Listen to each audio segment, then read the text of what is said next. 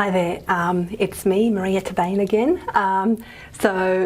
In the last lesson we did the monophthong vowels of Australian English, and in this short lesson we just need to cover the diphthong vowels of Australian English. So here it is written up there. So diphthong meaning two sounds. So it's a vowel that actually has two vowel qualities in it, but we hear it as one sound. Okay. Monophthong, there was only really one vowel quality in that vowel, but with diphthongs, you know from the Greek, two sounds in the diphthongs. Okay, so many languages have diphthongs, but English and other Germanic languages have a particularly rich system of diphthongs. Okay, so we've got five main diphthongs in Australian English. Okay, before I write those diphthongs on draw them in the vowel space, we need to just continue a little bit from where we left off with the monophthongs, because when I was introducing this vowel space, I was just going through. We only got as far as the five vowel system in terms of describing the principles. We only got as far as e, a, or u. Okay, I've rubbed out a because it doesn't tend to get drawn in what we call the cardinal vowels of the International Phonetic Alphabet, just for historical technical reasons that really don't concern us at all. So what I want to do is just fill in, there's a couple of gaps I need to fill in here. So we already saw in Australian English that the low mid back vowel is written as O. So it's a back to front C, if you like. I just call it an open O. Anyway, that's what it looks like, O. So we have that in Australian English. The low mid front vowel is written as E. So an E that way, the number 3 back to front, or I guess it's a certain type of letter E.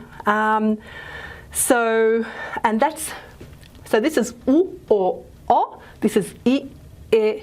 I, E, E, E.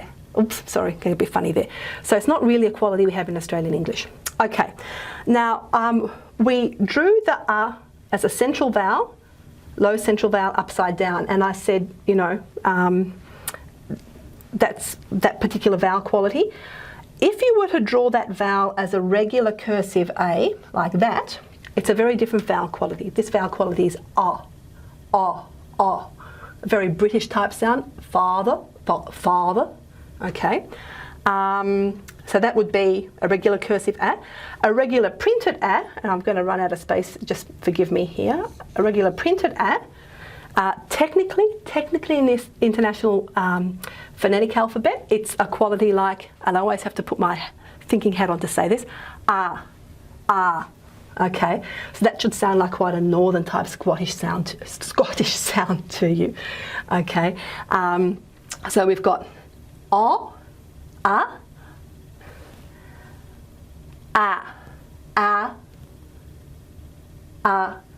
O.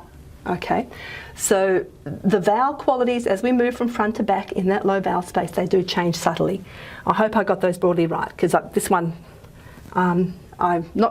doesn't turn up terribly often in my languages that I speak, so I don't get much practice on it. So forgive me if I wasn't bang on there, but it should sound like sort of a Scottish Northern English type of vowel. Okay, so onto the so there are reference points, and we also knew that we had well, technically yeah, I think we'll just leave that there. We've got a good orientation. Okay, so no particular order in the diphthongs. One of the diphthongs we have in Australian English is oi, as in boy. And so that, the way to do this is you have a listen, where does the vowel start, or where does it go? E. So we draw an arrow from, maybe I'll draw it in orange again. Oi. So it's something like this, okay? We draw a straight arrow going somewhere from this high mid back region of the vowel space, somewhere towards the high front region of the vowel space. Okay. So we draw it as a straight line, even though technically the tongue doesn't travel through the vowel space in a straight line. We just draw it as a straight line anyway. And we write that as oi, like this. Okay. So that would be in a word like boy. And notice, notice that, notice a couple of things actually. First of all, notice that diphthongs can occur at the ends of words. Okay, so they're not a problem. They function like long vowels in that respect. So that's the first thing to notice. The other thing, just notice that I drew a little ligature over the top, linking those two vowels. And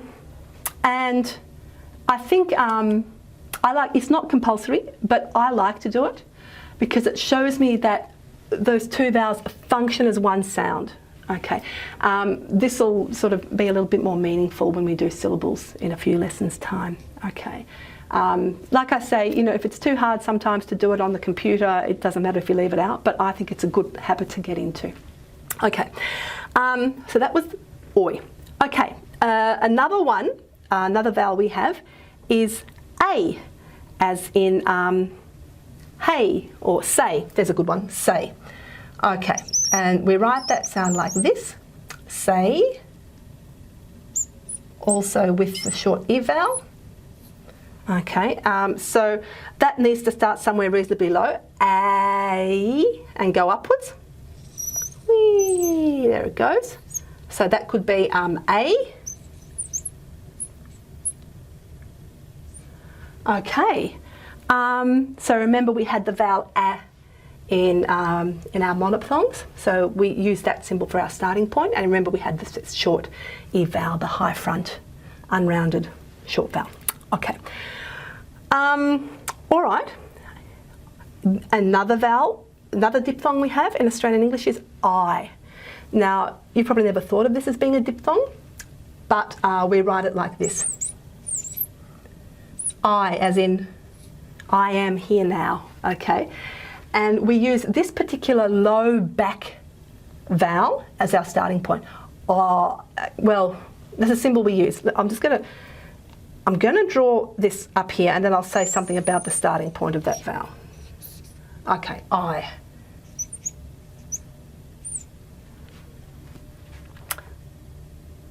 Okay. And this is starting, assuming a fairly low back starting point. I. If I were to start that vowel a little bit more forward, I, the quality of that diphthong changes. I. If I were to start it a bit higher in the back vowel region, it might be oi. Start sounding a little bit like this diphthong, or oi. Okay, so where you start a diphthong, you probably, maybe as you were hearing some of those different starting points, you were thinking what kind of a person might be saying I instead of oi. All right, you're probably making judgments about the person's level of education or whatever. So the vowels, we choose these symbols, but in reality there might be different starting and ending points for those diphthongs. Okay, what else have we got? Another diphthong is ow, as in how now, brown cow, ow. So that one goes from somewhere like, we use this symbol as in how now, brown cow, how, and then the o vowel as in how. Okay, so ow, somewhere like this. Okay, ow. Yep, ow. Okay, so just excuse me, I've got to check, I always forget the last ones. I